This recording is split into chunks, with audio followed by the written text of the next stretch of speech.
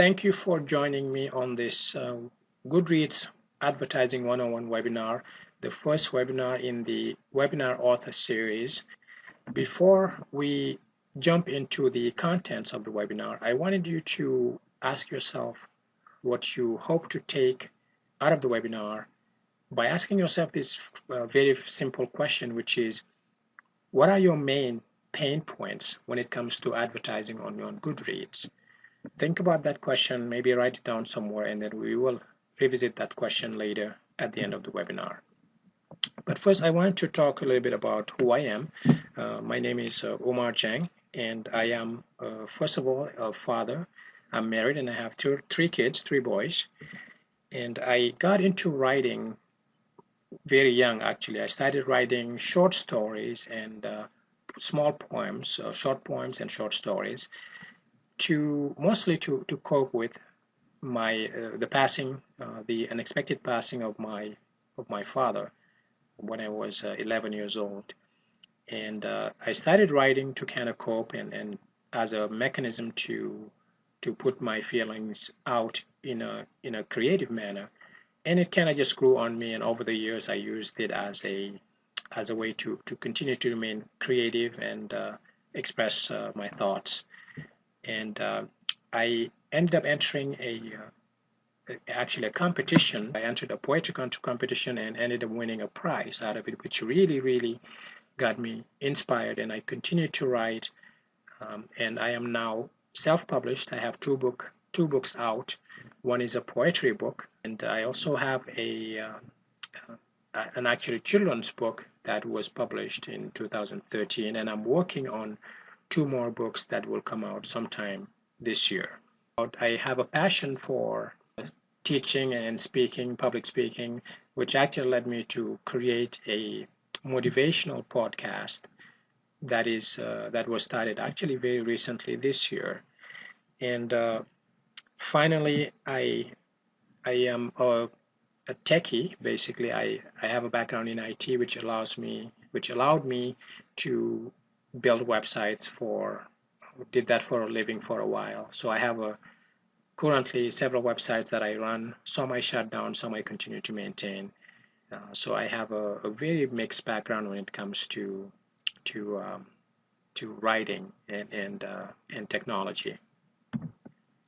Now on to our objectives. Our first objective for this webinar is to understand how Goodreads works and understand how to get the best out of it at the end of this webinar. And our second objective is to avoid the pitfalls of Goodreads advertising. So I have a lot of experience in using Goodreads, and there were things that when I first started using Goodreads that I didn't know and actually had to learn the hard way. So I'm hoping that in having this webinar, you would learn from my mistakes and avoid making those very same mistakes. Another objective is for you to after you finish watching the webinar, to learn specific strategies on how to really effectively use Goodreads as a platform for getting the word out there for your work. And finally, I want you to walk away after watching this and be able to have a concrete action plan that you can act on. If you received the email I sent out before the webinar, there's a worksheet that I provided as a companion to the webinar to allow you to actually sit down and write down your thoughts and your ideas so you can act on them later.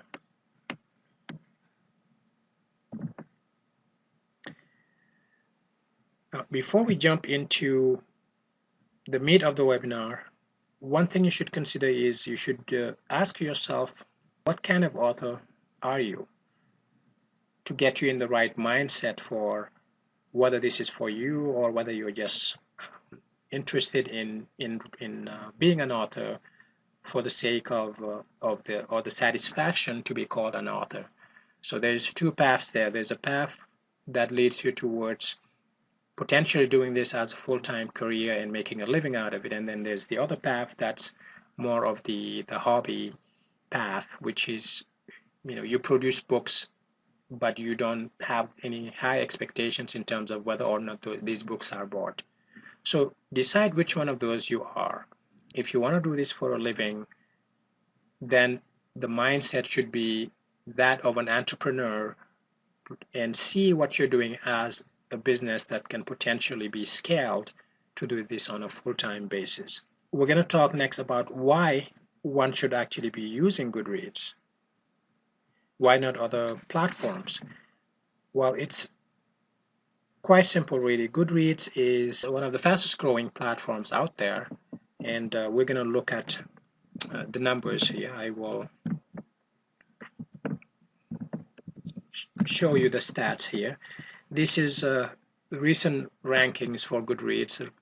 Goodreads ranks 67th in the United States, and you can see here the numbers for the global numbers, which is almost 50 million globally and 21 million in the United States.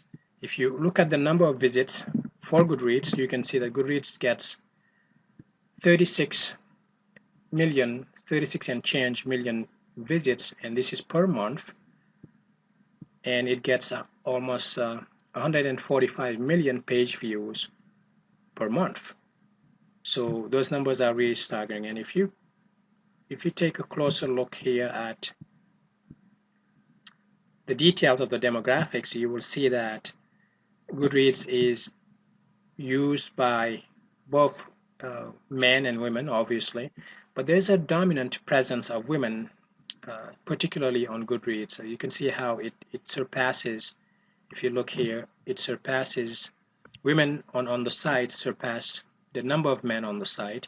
And if you look at the incomes, the most dominant ones are people making between, the second most ranked stats in terms of earnings is people making between $50,000 to $100,000. So that's a considerable number. And if you look at the education demographics, you will see that people are highly educated. People who use Goodreads, they either have a college degree at least, or there's a large majority of graduate school or people who have a grad degree on the site. And here I believe it's somewhat skewed in terms of the population. It's mainly Asians, it says. That's because Goodreads has a presence not just in the United States but elsewhere. But as you can see, it shows that the dominant demographic is Caucasians and Asians as a general rule, and then the other numbers are close behind between Hispanics and people who have a denomination of other, or a racial denomination of other anyway. Okay, so just wanted to show you this to show you the importance of using Goodreads and how you can justify using it as an author, because people go there, people are on Goodreads. And another reason is that you can get reviews on Goodreads, because as you can see, the numbers are really high. You get 20 million unique visits, so 20 million visitors basically on the site. So you definitely, those people engage constantly with books that they like by leaving reviews and leaving comments and engaging in groups. It also can help you build your brand as an author. You want to go where the people are, where your readers are, and this is one of the best sites. Goodreads is one of the best sites you can go to do that. Another reason to use Goodreads is that it helps establish you as an authority, as an expert in your area, whatever your genre is. Okay, now we're going to jump into what makes Goodreads campaigns fail. Well, this is important because I used Goodreads for a while now. I've been using it for a while, and I've made my share of mistakes using Goodreads, and I learned from those mistakes. I am making it a point to share this information to make sure that you don't make the same mistakes and you can avoid those mistakes and have more effective and more successful ad campaigns when you use Goodreads. But some of the reasons that cause an ad campaign to fail on Goodreads is a lack of planning. You can't just wake up one day, go on Goodreads, and then create an ad without having a plan. So you have to think ahead in terms of what you want to do as an author when you go to advertise on Goodreads. So one of the things you can do is, in terms of using Goodreads, is to actually define that plan. So you can, for example, focus on identifying what the core elements of your plan are, and we'll go into detail in terms of having a plan and following that plan. Another reason why campaigns fail is that people think that Goodreads is just a push button campaign or a push button site. You can go on the site, create a campaign, push a button, and voila, people can rush to your profile, buy your books, and then you become rich. Well, it's not quite that simple. You have to strategize a little bit, and we will talk about this in the next session of this webinar. Another reason why campaigns fail is that there's no readership needed, or people think there is no readership needed. Well, you have to build the readership before you can have a successful ad campaign.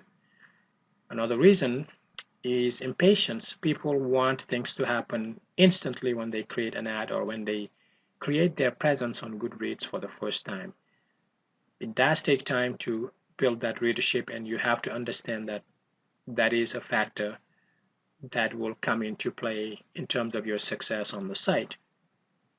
Finally, a lack of engagement from authors. When you go on Goodreads, you have to find a way to engage with your readers and people who take the time to follow you. It's after all, it is a social media site. It's not unlike Facebook or Twitter, where there's a community that create the backbone, the foundation, if you will, of Goodreads, and you need to connect with them and be able to engage with them to make them feel that you are present. What you want to do, and we're going to start going into detail here, is you want to define your objectives before you start advertising on Goodreads. So an example is, you could say something like, I want people to buy my books, so I want book sales. Or you could say, I want reviews as my objectives. I want people to add my book to their to read shelf. And that will actually define the reason why that works. It allows you to focus on narrowing your objective, what you're trying to accomplish by being on Goodreads, by creating an ad. And Goodreads is the perfect platform, as I mentioned earlier, for building your readership and establishing yourself. Especially if you're a first-time author, you have to be on Goodreads, because that's the quickest way you can get your name out there and get attention for your book. And it's a place where you can find a way to build on your success. You can publish your first book and then build on the success and the attention that that book got to promote your second book.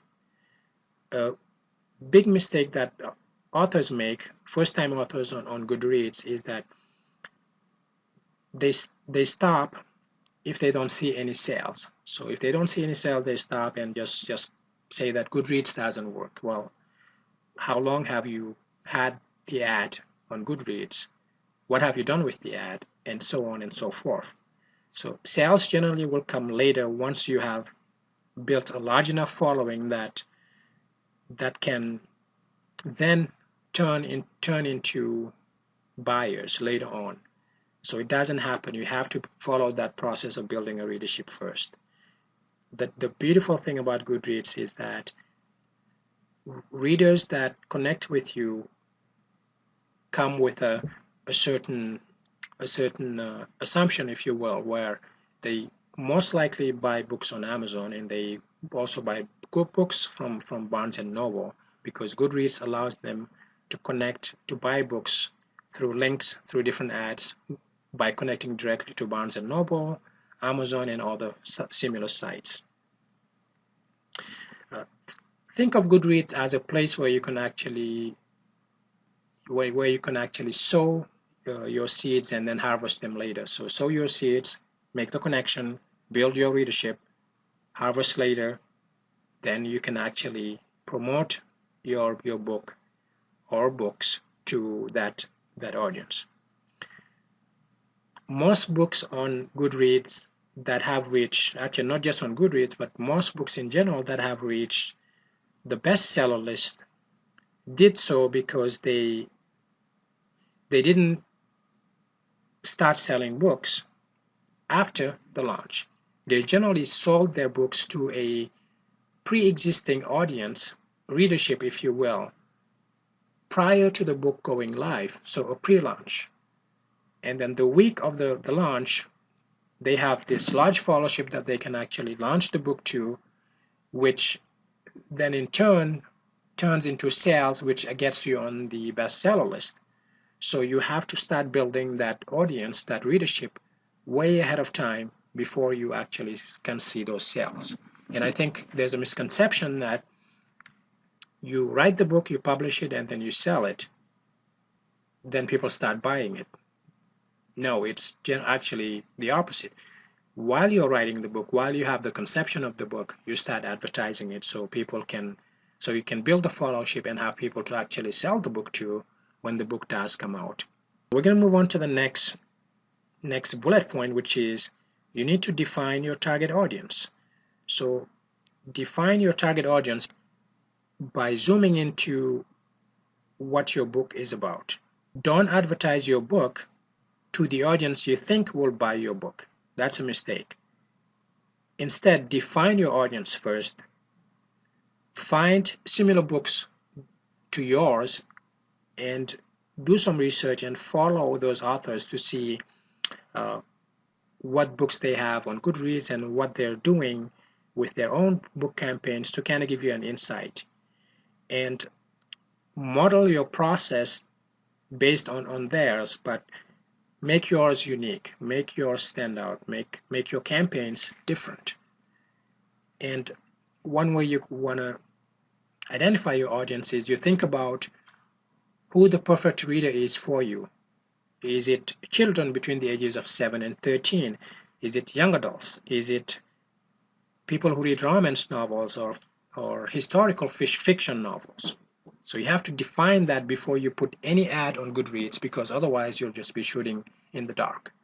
Finally, in this section, reach your target audience. One thing you want to do is you want to claim your book and your author page on Goodreads. And I'm going to demonstrate that. Instead of going on Goodreads, you can actually just do a Google search and you can type in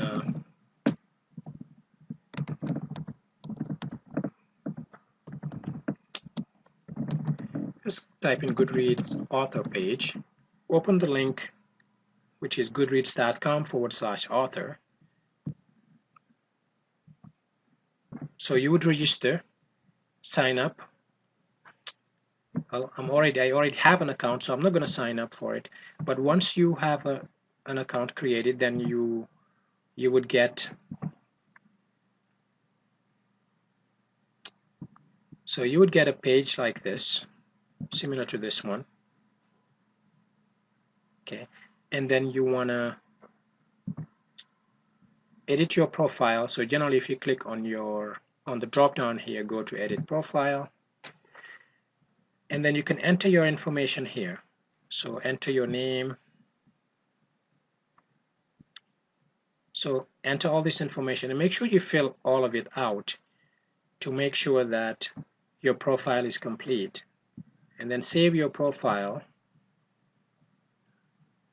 Make sure you include also a photo, because people want to be able to see your face and be able to connect with you.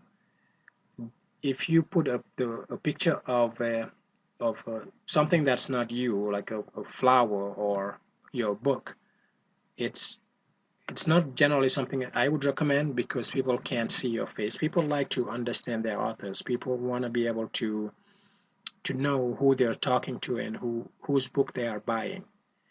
And one of the key things about your profile is to make sure that it's complete.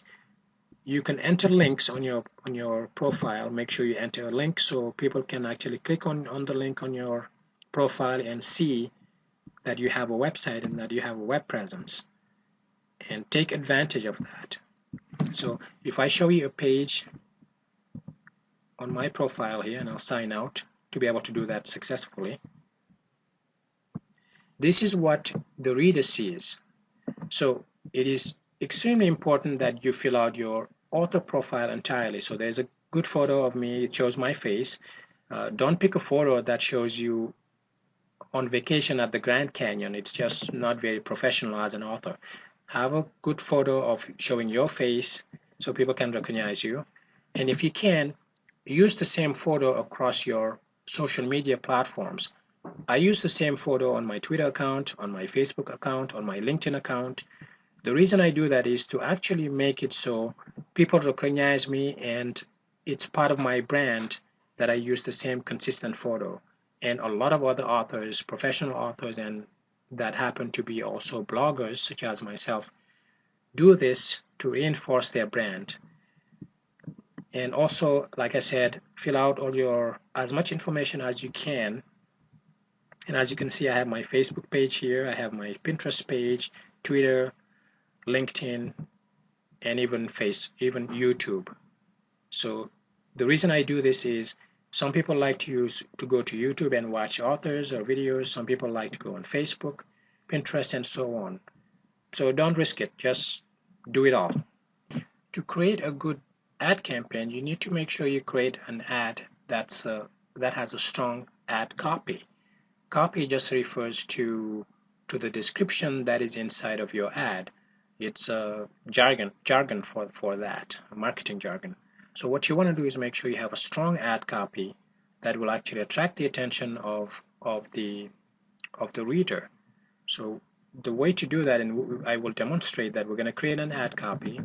So after you've claimed your Goodreads author profile and you've actually created one, then you want to go to the link here. You want to go to goodreads.com/advertisers, plural. And when you go on that site, it will ask you to actually click on a button that says Get Started. And it gives you some description as to what you need to do to get started. So just click on Get Started. And it's going to ask you to log into your author profile. So go ahead and log in, and it brings you to this screen showing the ads. I obviously already have a couple campaigns started, so I have 2 there, and you can do the same thing. You can actually create, if this is your first time creating a campaign, you will get something like this. So you're going to create a name for the campaign and then a name for the ad name. The difference between this field and this field is that the campaign is, think of it as the umbrella that holds your ad names. So for example, if you are an author and you have several books published, some books are self-help books and some books are children's books, which is somewhat my case. My next book is a self-help book for parents, and I have a children's book. I would want to create an ad that says, for example, self-help books. So that's my campaign name. That means I can create as many ads under the campaign name of self-help books. So if you have more than one self-help books, say it 17 times and see if you can pronounce it. If you have more than one self-help book, you can then say, your self-help book, let's call it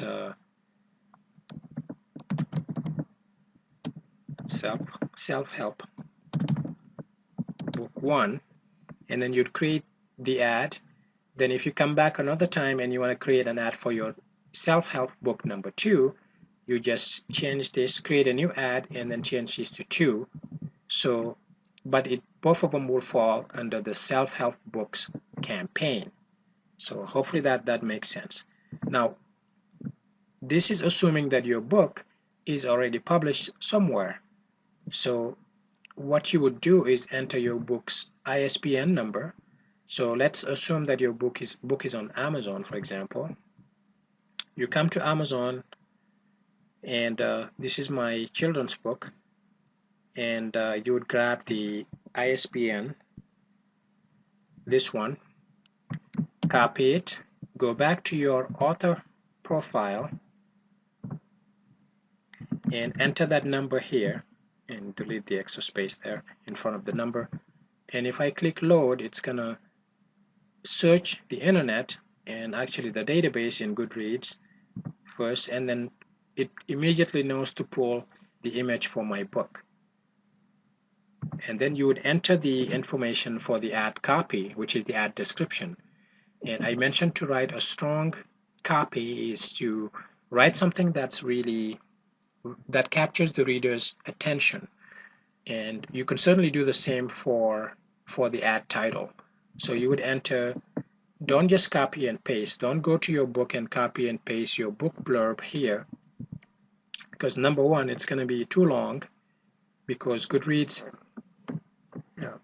only gives you a certain number of characters to enter here, and it would cut you off. So you want to be short, concise, and it needs to be an attention grabber. So you would enter the ad here. You could say something like interested in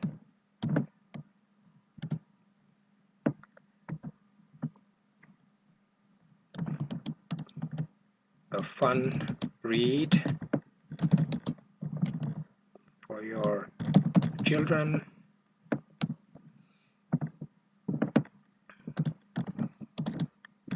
Then this story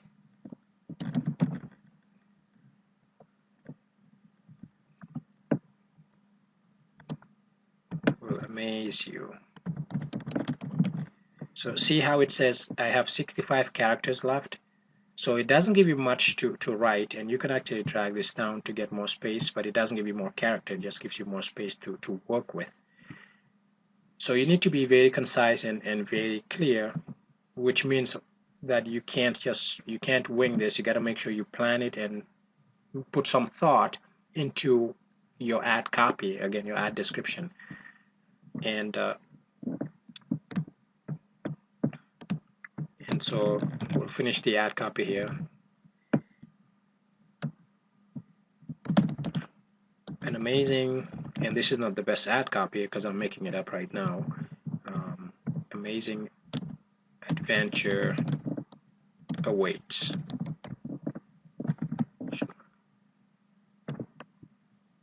So there, and then I would change this to, you could have it be your book's title, which it did by default when it pulled my book's information, but you can also have it be something else that's eye-catching, which I would actually recommend. So if you're selling the book, for example, and you have a Kindle version of it, which I do, it makes sense to maybe put the lower price of the book just to kind of attract people to the lower price, rather than posting the higher price at 1064 here on Amazon. I can post the $2.99 price. So I can say something like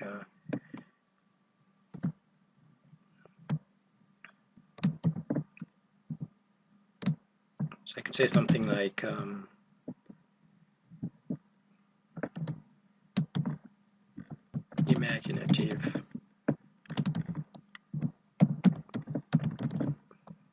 children's adventure. And notice it's cutting me off. The characters are going down. I only have so much space to type that title.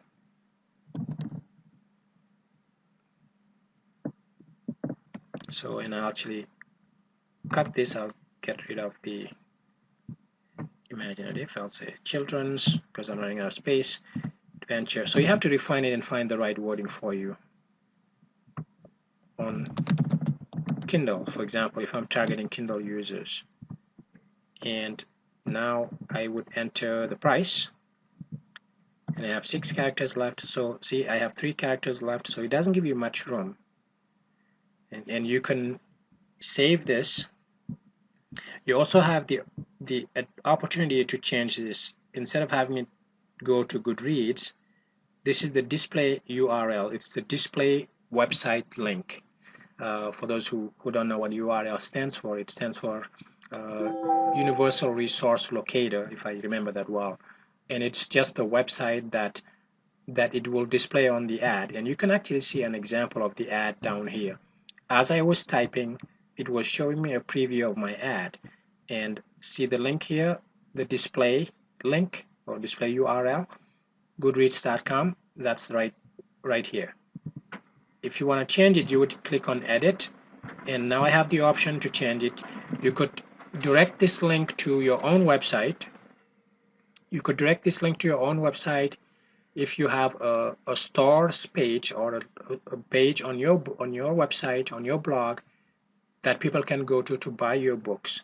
You can do this if you want to save some money in terms of getting a higher royalty. You have the option to do that, so that you don't go through Amazon or Barnes and Noble and have them take a cut out of your commission, so to speak, your sale.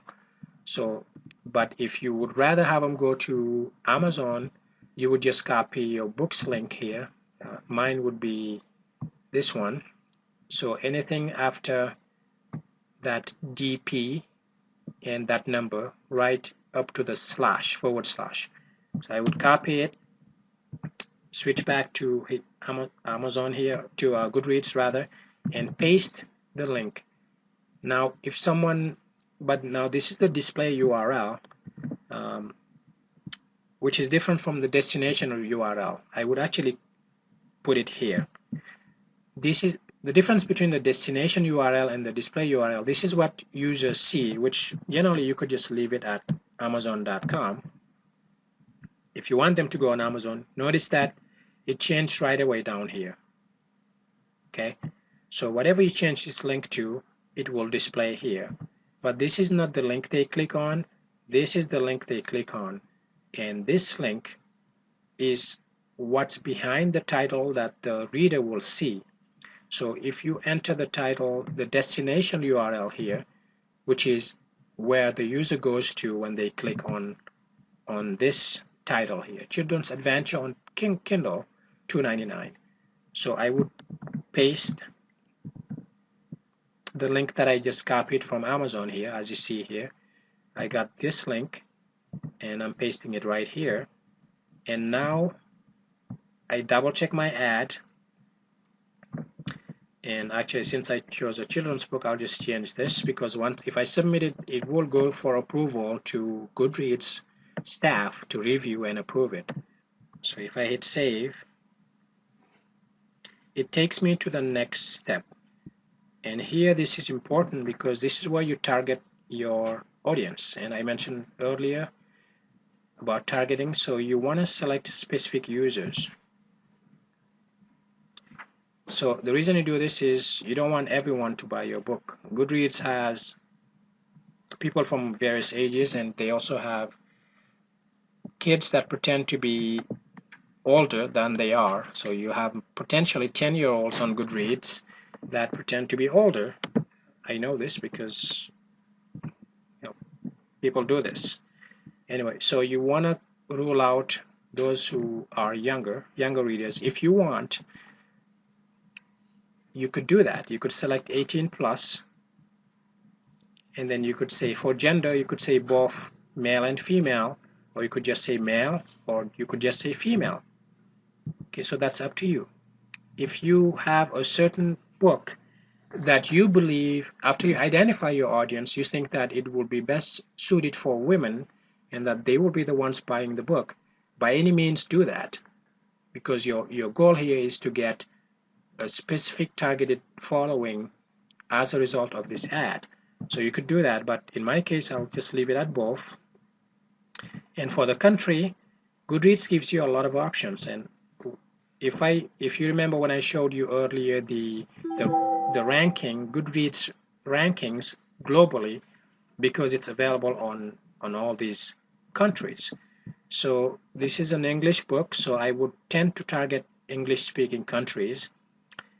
And in my case, you can select the United States, Canada, United Kingdom, or Australia. So that's one way of doing it. These are English speaking countries, and they have them on top because these are the most popular sites that ads are targeting, because they are the English speaking countries. So I will select United States, and it says here target fans of specific genres. And this is important. It's turned off. You can want to turn it on. See the difference? When I check on, it brings up all the genres for that you want to advertise your book. You want your book to show. So if you check this off, if you leave it off, it will just advertise for people who are interested in all genres. And personally, I don't want to do that because I want to target people who are interested in children's books in this example. So I'm going to go ahead and well, actually, one of my mistakes that you can learn from is the first time I did this, I had to uncheck all of these, and I didn't notice that there was a select unselect here. So you got to pay attention to that. To make your life easier, don't check these off one by one. Just click on unselect all if you're only picking a few categories. So it's all gone. Now find the one you want, or the ones you want. In my case, children's and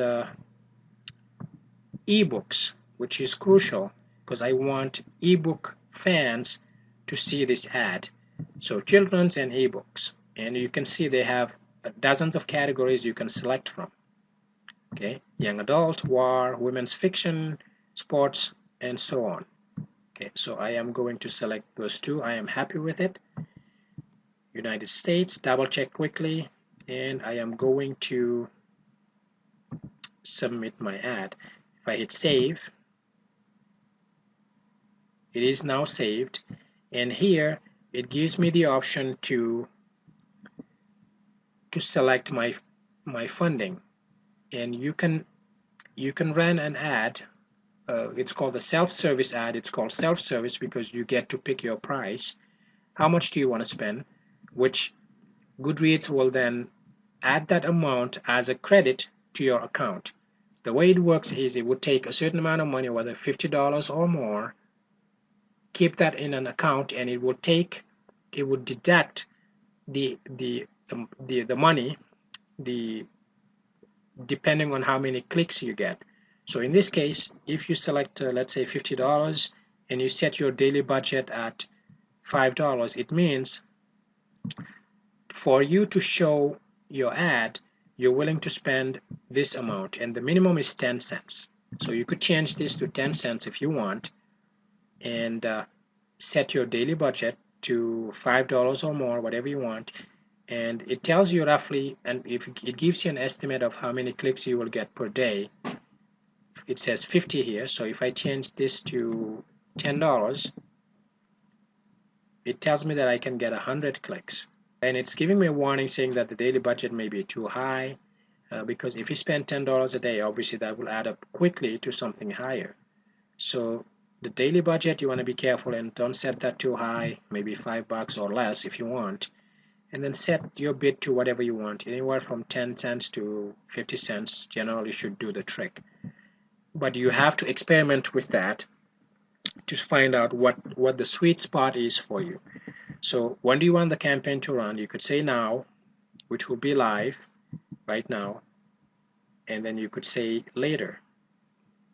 And for the campaign end date, you could say automatically when funds run out, or on a specific date.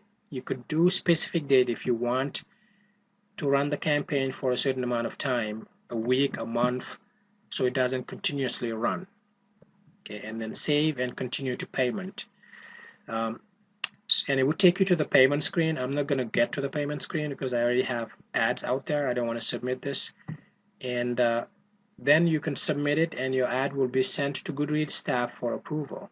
So I'm not going to continue here. I'm going to go back to an existing ad that I already have. So go back to the home page, and then it would once you sign up as an author, you will see the visit your dashboard, this is something that regular Goodreads users don't see. Okay, so you want to scroll down when you when you are on your dashboard, you want to scroll down to the bottom of the page to view your existing campaigns.